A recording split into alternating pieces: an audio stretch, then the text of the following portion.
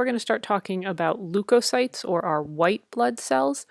If you remember when we looked at the centrifuged blood, the leukocytes are here in the buffy coat, and they make up less than 1% of your blood volume.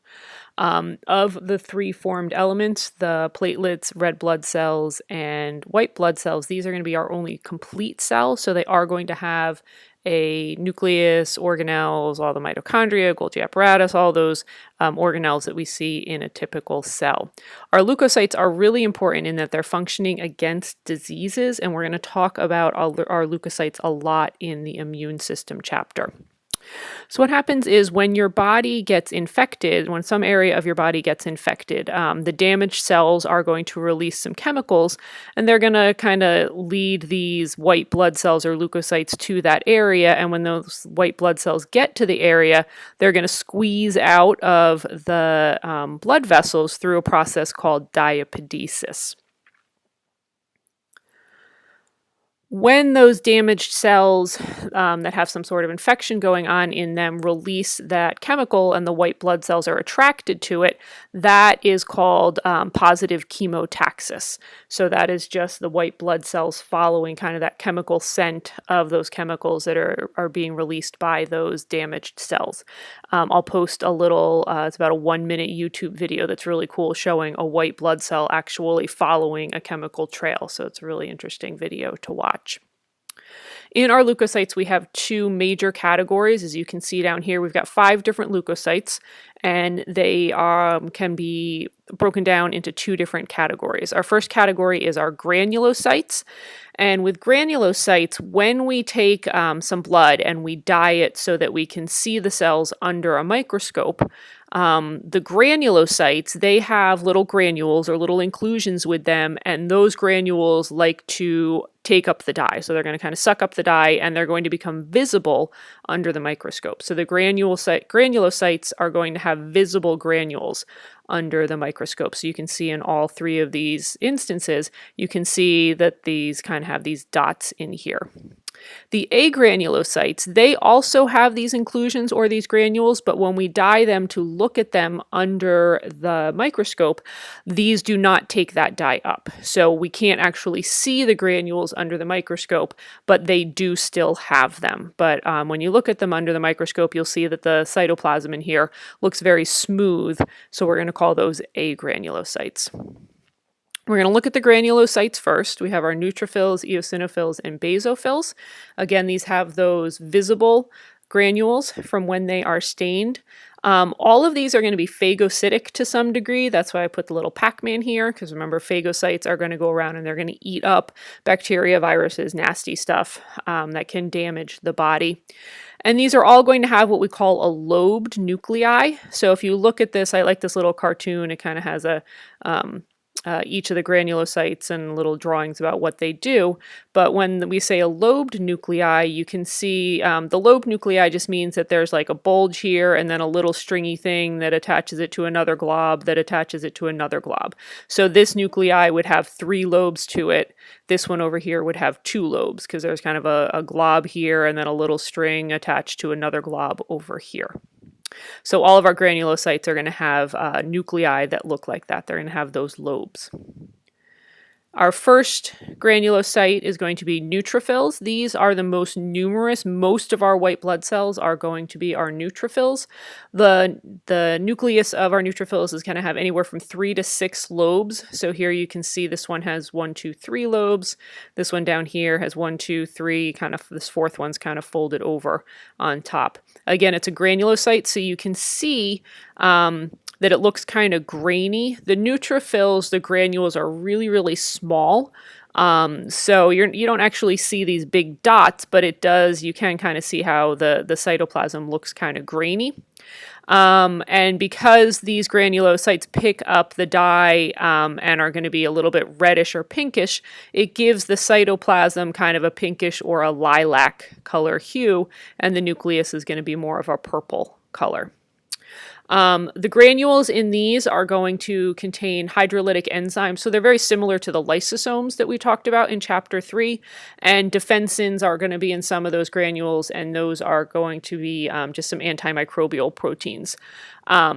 These are the most phagocytic of our white blood cells, so sometimes you'll see them called bacteria slayers. And what happens is when they go and engulf a bacteria or something, then these granules with the enzymes are going to come in and break down that bacteria or whatever they brought in and help to dissolve it down and get rid of it.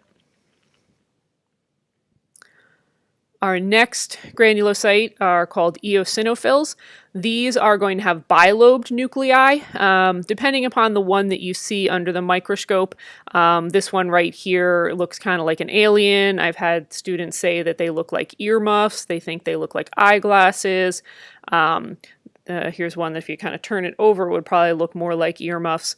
So again, it's just going to have a bilobe nucleus, and the other thing to remember about eosinophils is that the granules are going to dye a very bright red. So here you can see the red here and the red dots in this one as well. These granules are going to contain enzymes that are going to help digest down large parasitic worms. So worms that are ingested in food or can invade the body through skin wounds, burrow into our respiratory mucosa. I know, nice fun stuff to talk about. We don't have a lot of parasitic worms in this country because we have good sanitation in most areas and things like that. But in other areas of the world where we don't have that, you have more of a problem with these types of parasitic worms.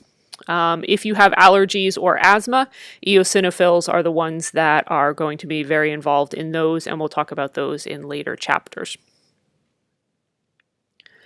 The last of our granulocytes are going to be our basophils. These are going to have very, very, very dark purple staining granules. You can see these really dark dots on here on all of these different samples. The nucleus of this is going to be S or U-shaped, but most of the times you can't really see the nucleus too well because those granules are so dark that you're not going to really be able to see through them to get a good view at the shape of the nucleus. So you just have to remember with this one that they're just going to have those really, really dark granules.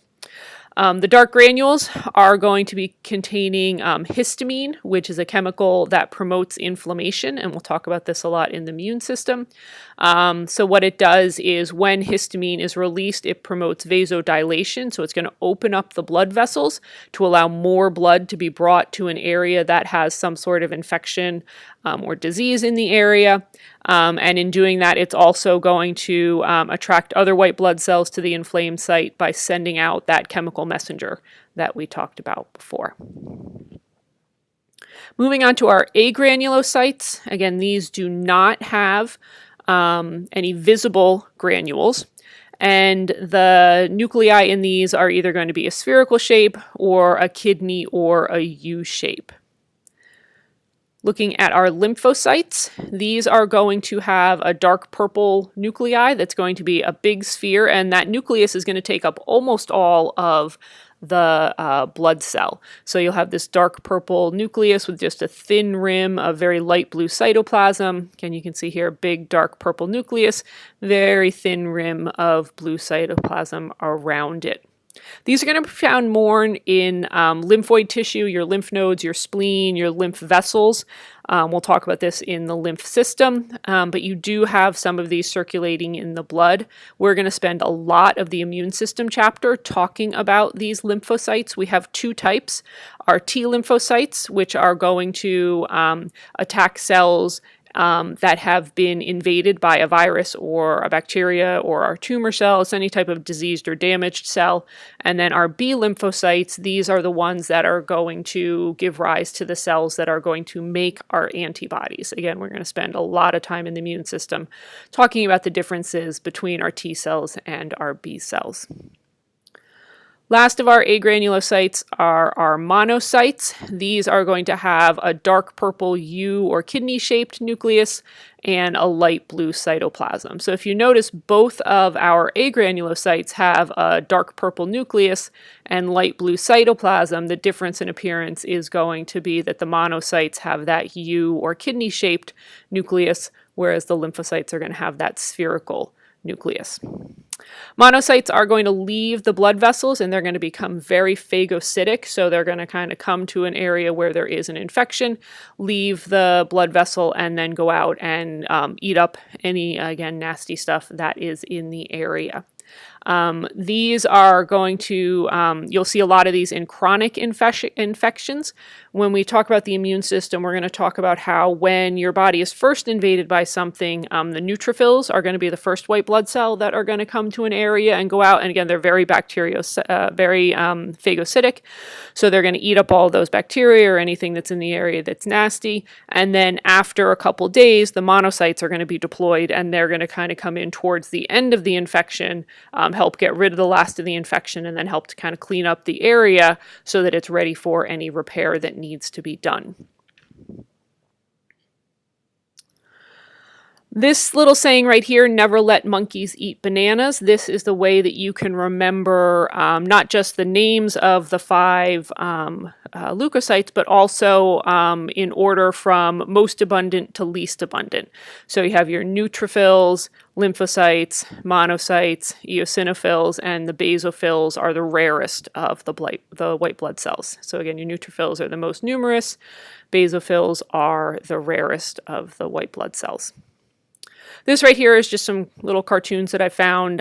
They have a little bit more information than you need to know, but there's some good stuff on here. So if you want to take a look at these with some pictures, and again, little comparisons of each of the white blood cells.